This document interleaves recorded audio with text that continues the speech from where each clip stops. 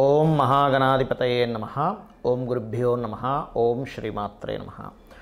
పరమేశ్వర స్వరూపమైనటువంటి జ్యోతిష, వాస్తు మరియు ఇతర అనేకమైనటువంటి శాస్త్రములను మనకు అందించినటువంటి మహర్షులకి నమస్కారం. హయగ్రీవ హయగ్రీవ హయగ్రీవేతి యోవధేత్ తస్య నిస్సరతే వాణి జహ్నుకన్యా ప్రవాహవత్. అరుణాం కరుణాతరంగితాక్షీం ధృతపాశాంకుశపుష్పబాణచాపాం అనిమాదిభిరావృతాం మయూకైః అహమిత్యేవ విభావయే భవానీం. శ్రీమాత్రే నమః. ప్రేక్షకులకి ఆ లలితాంబిక అమ్మవారి యొక్క అనుగ్రహం పరిపూర్ణంగా కలగాలని మనస్ఫూర్తిగా కోరుకుంటూ మనం ఈరోజు చెప్పుకోబోయేటువంటి టాపిక్ ఏమిటంటే, చాలామందికి కన్ఫ్యూజన్స్ ఉంటాయి. నేను ఏ దేవత ఆరాధన చేస్తే నా లైఫ్ బాగుంటుంది, ఏ దానము చేస్తే నాకు ఉండేటువంటి పూర్వజన్మ కర్మ తొలగుతుంది అనేటువంటి అన్వేషణలో ఒక దేవత దగ్గర ప్రారంభమవుతుంది వాళ్ళ యొక్క స్పిరిచువల్ జర్నీ.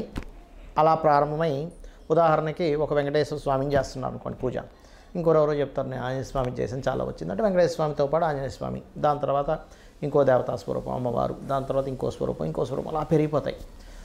ఇందులో ఒక్కొక్క దేవతారాధన చేసినప్పుడు వాళ్ళకి కొన్ని మంచి అనుభూతులు కలిగినప్పుడు దాన్ని వదిలితే ఏమవుతుందో అనే దీంతో ఎక్కువ పెట్టేసుకొని కన్ఫ్యూజన్లో ఉంటారు. అసలు నేను ఏ దేవతను ఆరాధిస్తే మంచిది అనేటువంటిది ఇక్కడ ఒకటే గుర్తుపెట్టుకోవాలి. మీరు ఏ దేవతను ఆరాధించినా అది మూల పరమాత్మకే అందుతుంది. అయితే ఇక్కడ స్పెసిఫిక్గా అందరి రక్తము ఎర్రగా ఉన్నప్పటికీ ఒక్కొక్క గ్రూప్స్ ఉంటాయి. ఆ రక్తం వాళ్ళకి బాగా పనిచేస్తుంది, అంటే వాళ్ళకి బాగా సెట్ అవుతుంది, వాళ్ళకి ప్రాణాన్ని ఎలా కాపాడుతుందో. ప్రతి లగ్నము, ప్రతి రాశి, లగ్నం తెలియని వారికి రాశి పరంగా మీరు ఏ దేవత ఆరాధన చేస్తే, ఏ స్వరూపంలో ఉన్న పరమాత్మని ఆరాధిస్తే అంతా ఒకటే గుర్తుపెట్టుకోండి, అందరూ ఒకటే. ఏ స్వరూపంలో ఉన్నటువంటి పరమాత్మని మీరు ప్రార్థిస్తే మీకు పూర్వజన్మ కర్మ తొలగుతుంది, ఏ దానము ఇస్తే మీకు బాగుంటుంది అనేటువంటి విషయాలు ఒక్కొక్క లగ్నరీత్యా, లగ్నం తెలియని వారి రాశిరీత్యా తెలుసుకుందాం. అయితే ఈ విషయాలు చెప్తుంది నేనైనప్పటికీ కూడా చెప్పేస్తుంది సాక్షాత్ లలిత అమ్మవారిగా భావిస్తూ ఒక్కొక్క లగ్నం గురించి మనం తెలుసుకుందాం. తులాలగ్నము, తులారాశి, తులవారి కనుక చూసుకున్నట్లయితే ఇక్కడ మీరు ధ్యానించాల్సినటువంటి దేవత మూర్తి ఎవరు?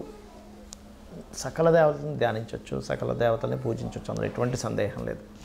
అయితే తులారాశిలో కనుక జన్మించినట్లయితే చిత్తా 3, 4 స్వాతి, విశాఖ నక్షత్రాలు ఉంటాయి, 1, 2, 3 పాదాలు. చిత్తా 3, 4 వాళ్ళు ముఖ్యంగా ఏదైనా శక్తి దేవత ఆరాధన అంటే వారాహి, ఓం వారాహి దేవతాయై నమః, లేదా అమ్మవారి ఆరాధన లలిత ఎవరైనా చేసుకోవచ్చు. అదేవిధంగా స్వాతి నక్షత్రంలో జన్మించారనుకోండి, దుర్గా అని ఓం దుర్గాయ నమః అనేటువంటి నామస్మరణని ధ్యానిస్తూ ఉంటే చాలా చక్కటి ఫలితాలు ఉంటాయి. అనవసరమైనటువంటి భయాలు తొలగుతాయి, గుర్తుపెట్టుకోండి. అదే విశాఖ నక్షత్రంలో జన్మించామండి అని అనుకునేటువంటి వారు చక్కగా మీరు దక్షిణామూర్తిని కానీ, ఓం దత్తాత్రేయుని కానీ, లేదా జై గురుదత్త, శ్రీ గురుదత్త అనేటువంటి నామస్మరణ చేసుకుంటే ఇలా జ్ఞానముద్ర వేసుకొని కనుక ధ్యానం చేసుకున్నట్లయితే ఖచ్చితంగా మీకు అప్పుల బాధల నుంచి కూడా బయటపడతారు ఆ ధ్యానం వల్ల. ఇక ఈ లగ్నంలో జన్మించాము, ఎవరిని నిత్యము పూజ చేయాలి అని చెప్పి చూసుకున్నట్లయితే కాళికా అమ్మవారి యొక్క ఆరాధన చాలా చక్కటి ఫలితాలు ఇస్తుంది. లేదు ఆంజనేయ స్వామిని కూడా ఆరాధన చేసుకోవచ్చు.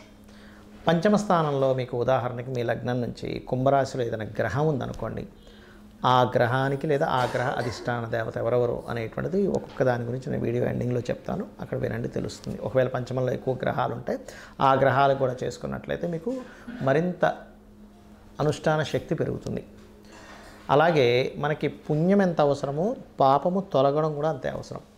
ఆ రకంగా మీరు మీ యొక్క పూర్వజన్మ కర్మ కొద్దీ ఏదో పాపం చేస్తాం, అందరూ చేస్తారు తెలుసో తెలియకో. అలా జరిగినటువంటి విషయం తొలగాలి అంటే మీరు ఎక్కువగా శనగలు ఎక్కువగా దానంగా ఇస్తూ ఉండండి. మరియు మీ లగ్నాత్ 6వ స్థానంలో అంటే మీనరాశిలో ఏ గ్రహాలు ఉన్నాయి, సింహరాశిలో ఏ గ్రహాలు ఉన్నాయి చూసుకోండి. అంటే 6, 11లో ఉండే స్థానాధిపతులు అంటే గోధుమలు, శనగలు దానంగా ఇవ్వడము, సింహరాశిలోని మీనరాశిలో ఉండేటువంటి గ్రహాలకు సంబంధించిన దానం ఇవ్వడం చేసినట్లయితే మీ కర్మ ఖచ్చితంగా తొలగుతుంది. దాంతోపాటు ఒక్కొక్కసారి మీకు నడుస్తున్న మహాదశ, అంతర్దశలు ఏదైనా నెగేట్ చేస్తున్నాయి ప్రజెంట్ ఉన్న కండిషన్, దానికి కూడా దానం ఇచ్చుకోవచ్చు. దాని ద్వారా కూడా మీకు ఉపశమనం అనేటువంటిది లభిస్తుంది. ఇక గోవులకు కూడా ఇదే విధంగా 6, 11లో స్థానాల్లో ఉండే గ్రహాలకు సంబంధించిందే తినిపించండి. అయితే ఇందులో ప్రధానంగా మీరు గోధుమ రవ్వ మరియు అరటికాయలు తినిపించినట్లయితే మరింత చక్కటి ఫలితాలు వస్తాయి మీకు. మనం పూజ చేసేటప్పుడు కొన్ని పర్టికులర్గా కొన్ని అంశాలు మీరు గుర్తుపెట్టుకోవాలి. ఏమిటది? ఎందుకంటే అలా చేస్తేనే మీకు ఆ యొక్క పూజా ఫలితము 100% మీకు వస్తుంది. ఎలా అంటే చాలామంది పూజ చేసేటప్పుడు భయంతో పూజ చేస్తుంటారు. అమ్మో ఇవాళ నేను పూజ చేయలేదు ఏమవుతుందో, అమ్మో నేను రోజు పెట్టే నైవేద్యం పెట్టలేదు ఏమవుతుందో, ఇవాళ గాబరగా చేసేసుకున్నాను ఏమవుతుందో అని. కానీ ఒకటే గుర్తుపెట్టుకోండి, ఎప్పుడూ కూడా దేవతని, అది అమ్మవారు కావచ్చు, ఈశ్వరుడు కావచ్చు, నారాయణుడు కావచ్చు, గుర్తుపెట్టుకోండి. వాళ్ళని మనం ఒక చిన్న పిల్లవాడిని తల్లి ఎలా అయితే చూస్తుందో, అమ్మాయి కావచ్చు అబ్బాయి కావచ్చు, తల్లి వాడిని చాలా జాగ్రత్తగా పెంచుతుంది. అంటే అట్లాగా వాడి నుంచి ఏమీ ఎక్స్పెక్ట్ చేయదు, కేవలం వాడిని పెంచడంలోనే ఆనందం పొందుతూ ఉంటుంది. ఇప్పుడు ఉదాహరణకి పిల్లవాడు ఉన్నాడు, రోజు క్యారేజ్ కడుతుంది. కానీ ఒకరోజు సడన్గా అనుకోకుండా తల్లి కొంచెం లేట్గా నిద్ర లేవడం ఏదో జరిగి ఆ రోజు క్యారేజ్ కట్టడం కుదరలేదు, ఏదో 2 బ్రెడ్ ముక్కలు పెట్టి పంపించేసినప్పుడు భయపడదు. అయ్యో బ్రెడ్ ముక్కలు పంపించాను, నా పిల్లవాడు నన్ను ఏమైనా అంటాడేమో అని భయపడదు, బాధపడుతుంటుంది. అయ్యో రోజు పెట్టే అంత ఫుడ్ నేను ఇవాళ క్యారేజ్లో పెట్టలేకపోయినా వాడికి ఆకలి తీరుతుందో లేదో అని. అదేవిధంగా మనం భగవంతుడికి చేసేటప్పుడు కూడా చాలామంది చేసే మిస్టేక్ ఏంటంటే భయపడుతూ ఉంటారు. అమ్మో నేను ఈరోజు ఇలా చేయలేకపోయాను, అష్టోత్తరం పూర్తిగా చదవలేకపోయాను, భగవంతుడు ఏమైనా కోపిస్తాడని. కాదండి, భయపడుతూ పూజ చేయకండి. అయ్యో ఇలా చేయలేకపోయానే అనేటువంటి భావంతో చేయండి. ఎందుకంటే లలితా సహస్రనామాల్లో భవానీ భావనాగమ్య భవారణ్య కుటారిక అని నామం ఉంటుంది. అంటే మీ భావన చాలా ముఖ్యం భగవంతుడి మీద. అలాగే మరొక విషయం ఏంటంటే ఇక్కడ మీకు పంచమాధిపతి ఎవరవుతారో ఆ దేవత ఆరాధన చేసుకోవాలని చెప్పాను నేను మీకు. అయితే ఇక్కడ పంచమ స్థానంలో కూడా గ్రహాలు ఉంటాయి సమ్ టైమ్స్. అంటే ఒక్కోసారి పంచమ స్థానంలో రవి ఉన్నాడు అనుకోండి. ఉదాహరణకి సహజంగా మేషలగ్నానికి అయితే పంచమాధిపతి రవి, కానీ అందరికీ పంచమాధిపతి రవి అవ్వాలంటారు లేదు. ఒక్కోసారి రవి ఉంటాడు అక్కడ.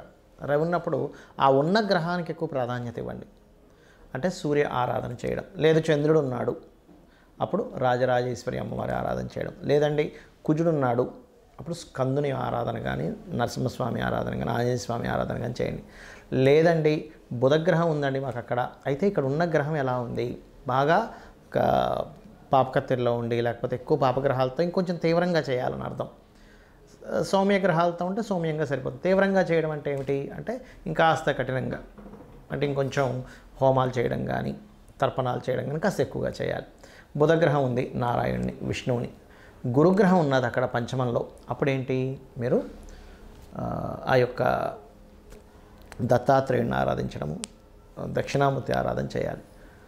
శుక్రుడు అమ్మవారి ఆరాధన, శని ఈశ్వర ఆరాధన లేదా ఆంజనేయ స్వామి ఆరాధన, రాహు దుర్గా కేతువు ఉన్నట్లయితే పంచమ స్థానంలో గణపతిని ఆరాధించాలి. ఇదే విధంగా మనకు పంచమంలో ఉండే గ్రహాలు లేదా పంచమాధిపతి ఎవరయ్యారో ఈ ఆరాధన చేయడం ఎంత ముఖ్యమో, 6వ స్థానంలో ఉండేటువంటి గ్రహాలు 6వ అధిపతికి సంబంధించిన దానాలు కూడా ఇవ్వాలి. మనం వీడియోలో 6వ స్థానాధిపతి ఎవరో వాళ్ళకి దానం ఇవ్వమని చెప్పేశాం. కానీ 6వ స్థానంలో ఏదైనా గ్రహం ఉంది, ఇప్పుడు రవి ఉన్నాడు గోధుమలు దానంగా ఇవ్వండి, చంద్రుడు బియ్యం, కుజుడు కందులు, దాంతోపాటు ఎరుపు రంగు క్లాతు, అదేవిధంగా బుధుడు పెసలు, గురువు శనగలు, అదేవిధంగా శుక్రుడు బొబ్బర్లు, శని తెల్ల నువ్వులు, రాహు మినుములు, కేతువు ఉలవలు దానంగా ఇవ్వండి. అయితే ఇక్కడ ఒక విషయం ఏంటంటే దానం ఇచ్చేటప్పుడు తీసుకునే వ్యక్తి ఈశ్వర స్వరూపంగా భావించి ఇవ్వండి. ఏదో నా దగ్గర ఉన్నాయి అనేటువంటి భావంతో కాకుండా చక్కగా ఆ తీసుకునే వ్యక్తి కూడా బ్రాహ్మణుడికి అంటే పురోహితుడికి ఒక లక్షణం చెప్పబడింది, దానము తీసుకోవాలి దానము ఇవ్వాలి అట. చాలామంది ఈ మధ్య ఏం చేస్తున్నారు అంటే తీసుకునేటువంటి విషయంలో అమ్మో మేము తీసుకోము, మేము తీసుకుంటే మాకు ఆ కర్మ వస్తుంది అనేటువంటి భయపడుతుంటారు. అయితే ఇక్కడ చాలా సందర్భాల్లో ఏమవుతుంటుందంటే వాళ్ళు తీసుకొని పక్కన పెట్టేయడం లేకపోతే అక్కడ పెట్టేసి వెళ్ళండి అన్నమో అంటూ ఉంటారు. అలాగా అక్కడ పెట్టేసి వెళ్ళండి అనుకునే దగ్గర మీరు దానం ఇవ్వడం అనేటువంటిది అనవసరం. మరి అలాంటప్పుడు కొంతమంది అడుగుతుంది ఏంటంటే ఏమంటే మరి ఈ దాన ప్రక్రియలో గోవుకి ఏమైనా పెట్టొచ్చా అంటూ ఉంటారు. గోవులకి ఈ దానం ఇచ్చేది పెట్టకండి. ఇప్పుడు గోధుమ రవ్వ తినిపించవచ్చు గోవుకి, బియ్యము పిండి వరకు తినిపించవచ్చు, కానీ ఈ కందుల కంటే కూడా ముఖ్యంగా క్యారెట్స్ తినిపించండి కందుల ప్లేస్లో, అంటే కుజుడికి సంబంధించింది. అలా కాదు శనగలు ఇస్తున్నాము గురువుకి సంబంధించింది, అలాంటి సమయంలో మీరు ఆ గ్రహానికి సంబంధించిన అరటికాయలు తినిపించవచ్చు గురువుకి సంబంధించిన విషయంలో. శుక్రుడికి సంబంధించిన విషయంలో ఏదైనా తీపి పదార్థాలు తినిపించవచ్చు. శనికి సంబంధించిన బెల్లం తినిపించవచ్చు, నువ్వులు తినిపించకండి. రాహు అదే నువ్వులు అదే బెల్లపు ఉండలు ఒక 4 ఉండలుగా తినిపించండి. కేతువు గ్రాసం తినిపించండి. బుధుడికి సంబంధించిన దాంట్లో గోంగూర తినిపించండి. బుధగ్రహ దోషం ఎక్కువగా ఉంది అని చెప్పారు మీకు ఎవరైనా జ్యోతిష్కులు, గోంగూర తినిపించండి. ఏమవుతుందంటే దీనివల్ల మీకు ఖచ్చితంగా ఆ గ్రహదోషము అంటే దానం ఇచ్చినప్పుడు ఏ ఫలితం వస్తుందో ఆ ఫలితం వస్తుంది. కానీ ఇక్కడ ఏంటంటే కొన్నిసార్లు మీరు పెట్టేటప్పుడు గోవు యాక్సెప్ట్ చేయదు. అది 2 కారణాలు ఉంటాయి అక్కడ. ఆల్రెడీ దానికి కడుపు నిండి ఉండొచ్చు, లేదా మీ దోషము పోవడానికి ఇంకొంచెం సమయం పడుతుంది. అలాంటప్పుడు 2-3 సార్లు ప్రయత్నం చేసినట్లయితే గోవుని కాస్త మనసులో నమస్కరించుకొని గోవుకి నమస్కారం పెట్టి చేసినట్లయితే అప్పుడు తింటుంది. గోవు ఎప్పుడైతే స్వీకరించిందో అక్కడ మీకు దోషం పోతుందని అర్థం. అందులో ముఖ్యంగా దేశీవాలి గోవుకు పెట్టండి, జెర్సీ ఆవుకు పెట్టండి, కానీ పాపం పోతుంది అంటే మీ యొక్క కర్మ తొలగుతుందనే భావంతో పెట్టకండి. ఒక జీవికి పెడుతున్నాము, ఆహారం పెడుతున్నాను అనేటువంటి మానవతా దృక్పథంతో పెట్టండి. కానీ జెర్సీ ఆవుకి ఆ పవర్స్ ఉండవు. బికాజ్ ఆఫ్ అది పిగ్ స్పెర్మ్తో తయారైంది కాబట్టి దానికి ఎనర్జీ ఉండదు. దేశీవాలి గోవుకే ఎనర్జీ ఉంటుంది, ఇది గుర్తుపెట్టుకోండి.